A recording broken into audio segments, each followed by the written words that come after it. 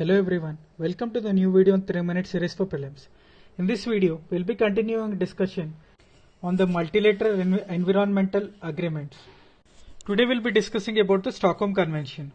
Stockholm Convention is also called as the Convention on Persistent Organic Pollutants, that is POPs. This convention was adopted in the year 2001 and came into force in the year 2004.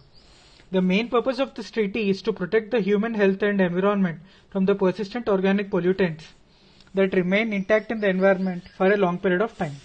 Now, what do you mean by the persistent organic pollutants? These are organic chemical substances that are carbon based and they remain intact in the air for exceptionally long period of time, that is for many years, without degrading in their original substances. And these are widely present in the environment because of natural processes like soil, water and mostly air. And these are not soluble in water and accumulate in the fatty tissue of the humans, which cause a health issue to humans as well as the wildlife, and these concentrations are found more in the higher value of the food chain. POPs constitute in the human either through the process of bioaccumulation or biomagnification.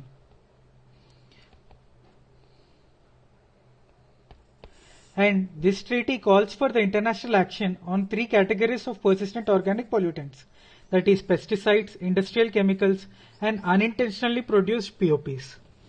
The convention requires parties to prevent the development of new POPs and also promote methods to eliminate the existing POPs. Some of the examples of the POPs are aldrin, hexachlorobenzene, DDT, that is dichloro-diphenyl trichloroethane, and PCBs, that is polychlorinated biphenyls.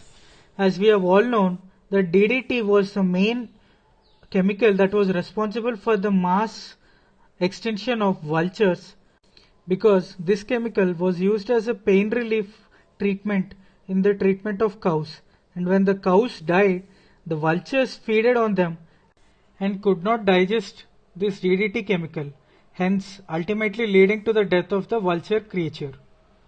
Now let us solve this question. Consider the following statements regarding Stockholm Convention.